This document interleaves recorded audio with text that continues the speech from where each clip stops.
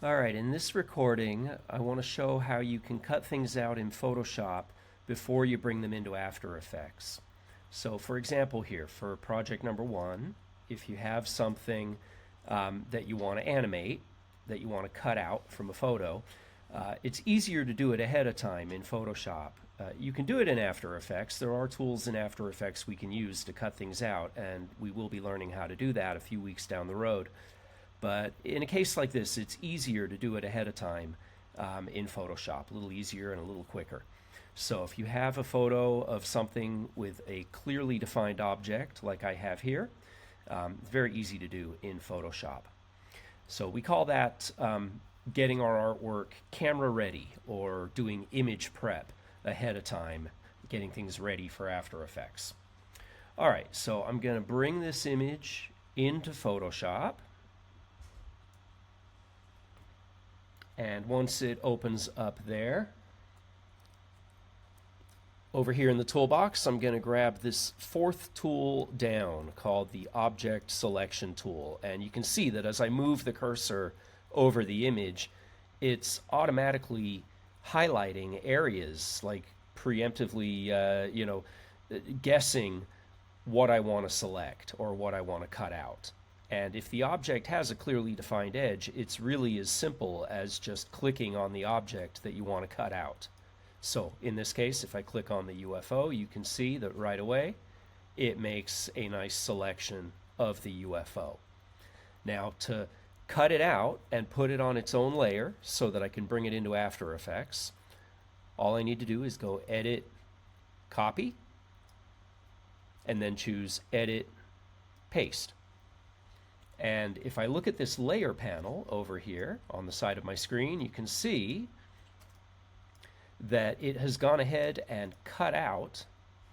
Let me change tools here so it stops turning pink. Okay, there we go. You can see that it has cut out the UFO and put it on its own level. I still have the background, the original, underneath, but the UFO is now cut out and put on its own level. Now let me show just one other method as well. Sometimes the object selection tool, this one that I was just using, sometimes that one doesn't do exactly what you want. So here's another method you can use. So I just deleted what I did.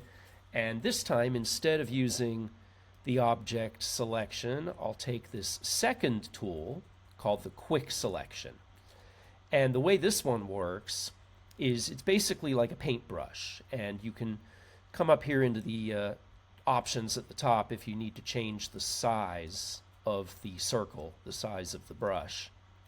But basically the way this one works is you just paint, and it makes the selection based on where you're painting. So again, if the object has a clearly defined edge, it will do a pretty good job. So if I just kind of paint across here around the edge of the UFO, you can see that it's making a selection.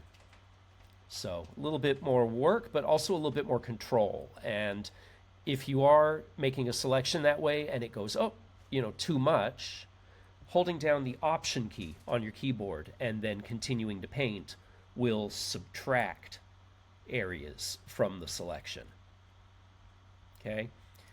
And then, just like before, once the selection looks good, you can choose Edit, Copy, and then Edit, Paste. And that will copy and paste the selected area, cutting it out onto its own layer. So either one of those methods is a very easy way to cut things out from a photograph in Photoshop, as long as the object has a pretty clearly defined edge, either the Object Selection tool or the Quick Selection tool. Now from here, I'll just save the file, do a file save. It's going to prompt me to save it as a new Photoshop file, because now the file has layers inside of it, so it can no longer be saved as a JPEG. It needs to be saved as a Photoshop file.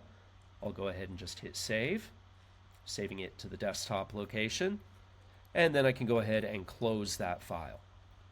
Now, I'll switch over to After Effects real quick here and show you the one step you need to know when you're bringing that file into After Effects to bring in the cutout layer. So here's the Photoshop file that I just saved.